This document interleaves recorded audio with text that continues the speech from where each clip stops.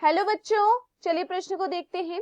अभिकथन gene विनिमय दो गुणसूत्रों के मध्य आनुवंशिक पदार्थों का पुनर्योजन करवाता है। तर्क जीन विनिमय समजात गुणसूत्रों के मध्य आनुवंशिक पदार्थों के आदान प्रदान की विधि है। हमारे पास दिए हुए विकल्प हैं। विकल्प अ, ए और आर दोनों सत्य हैं और आर ए की सही व्याख्या है।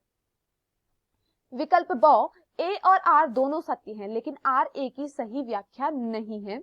विकल्प सौ, ए सत्य है लेकिन आर असत्य है। विकल्प दो, ए सत्य है लेकिन आर ए असत्य है लेकिन आर सत्य है। विकल्प ई, ए और आर दोनों असत्य हैं। प्रश्न की मुख्य अवधारणा है। मुख्य अवधारणा, इस प्रश्न की मुख्य अवधारणा है जीन विनिमय। इस प्रश्न की मुख्य अवधारणा है जीन विनिमय। जीन विनिमय, देखिए जीन विनिमय जो होता है वह अर्धसूत्री विभाजन अर्धसूत्री विभाजन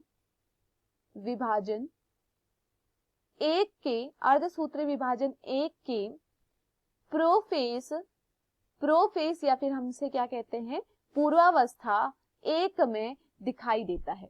जीन विनिमय किसमें दिखाई देता है? अर्धसूत्री विभाजन एक के प्रोफेज एक में दिखाई देता है। और प्रोफेज की कौन सी अवस्था में यह दिखाई देता है? यह दिखाई देता है पैकेटीन अवस्था में यह दिखाई देता है। प्रोफेज या पूर्वावस्था की पैकेटीन अवस्था में हमें जीन विनिमय देखने को मिलता है। जीन विनिमय जो होता है यह समजात गुणसूत्रों के मध्य होता है। यह समजात गुणसूत्रों के मध्य होता है। गुणसूत्रों के मध्य होता है। अब देखिए समजात गुणसूत्र जो होते हैं इनके मध्य क्या होता है? समजात गुणसूत्रों के मध्य जीन विनिमय की प्रक्रिया होती है। इनके मध्य क्या होती है? जीन विनिमय की प्रक्रिया होती है। तो यहाँ पर क्या होता है, देखिए सर्वप्रथम एक एंजाइम की सहायता ली जाती है जिसका नाम है एंडोन्यूक्लिएज एंजाइम। यहाँ पर क्या किया जाता है? एंडोन्यूक्लिएज एंजाइम की सहायता से क्या होता है? एंडोन्यूक्लिएज एंजाइम की सहायता से गुणसूत्र या फिर हम कहें डीएनए क्या होता है? एक विशेष स्थान से उनके बीच में क्या होता है? एक विशेष स्थान पर वहां पर क्या लगाया जाता है? उसे काटा जाता है। एक विशेष स्थान से क्या जाता है? काटा जाता है। तो देखिए यहाँ पर क्या किया गया है? इसकी सहायता से एक विशेष स्थान पर गुणसूत्र को काट दिया गया है। तो यहाँ पर क्या होता है? यहाँ पर जो समजात गुणसूत्र होते हैं सर्वप्रथम उनको क्या किया जाता है? एक विशेष स्थान से काट दिया जाता है। विशेष स्थान से काट दिए जाने के पश्चात क्या किया जाता है? इनकी भुजाओं के बीच आदान प्रदान होता है। इनके बीच भुजाओं के बीच क्या होता है? आदान प्रदान होता है। मतलब कि इनके बीच में क्या होता है? जीन विनिमय की प्रक्रिया होती है। जीन विनिमय की प्रक्रिया के बाद क्या किया जाता है? इनको अब जोड़ा जाता है। भुजाओं के आदान प्रदान होने के पश्चात इन्हें जोड़ा जाता है। और जोड़ने के लिए हम किस एंजाइम की सहायता लेते हैं? लाइगेज एंजाइम की हम सहायता लेते हैं। तो देखिए लाइगेज एंजाइम क्या करता है? लाइगेज एंजाइम इनकी भुजाओं को जोड़ने का कार्य करता है। लाइगेज क्या करता है? जो समजात गुणसूत्र हैं इनकी भुजाओं को जोड़ने का कार्य करता है। तो इनके बीच में देखिए क्या हुआ है? इनके बीच में क्या हो चुका है? जीन विनिमय की प्रक्रिया हो चुकी है। इनके बीच में क्या हुआ है? जीन की अदला बदली हो गई। यहाँ पर क्या देखने को मिल रहा है?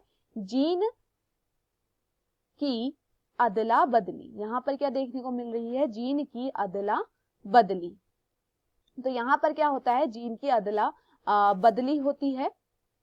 और यह कैसे होती है? यहाँ पर क्या होता है? यहाँ पर पुनर्योजन की प्रक्रिया होती है। यहाँ पर कौन सी प्रक्रिया होती है?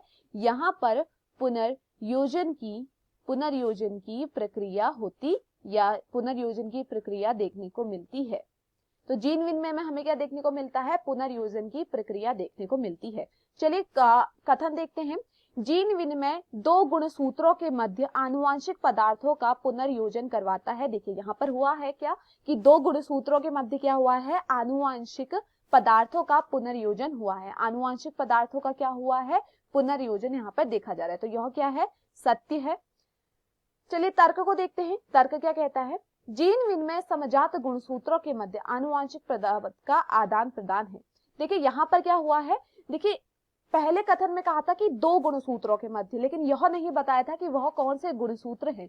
लेकिन तर्क यह बताता है कि जो गुणसूत्र है वह कैसे है, समजात गुणसूत्र हैं। गुणसूत्र कैसे हैं, समजात गुणसूत्र हैं। इनके मध्य क्या हो रहा है, आनुवांशिक पदार्थ का आदान प्रदान हो रहा है। तो यहाँ पर क्या दिखा रहा है, वो आनुवांशिक पदार्थ का आदान प्रदान दिखा रहा है, तो जिससे हमें क्या होता है, पुनर्योजन प्रक्रिया यहाँ पर दिखाई देती है।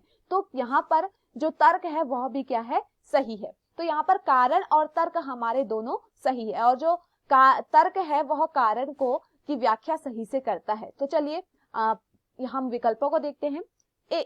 विकल्प अ, ए और आर दोनों सत्य हैं और आर एक ही सही व्याख्या करता है, तो यह क्या है, सही है। ए और आर दोनों सत्य हैं और आर एक ही सही व्याख्या करता है, तो दिए हुए विकल्पों में जो हमारा सही विकल्प है वह है विकल्प अ।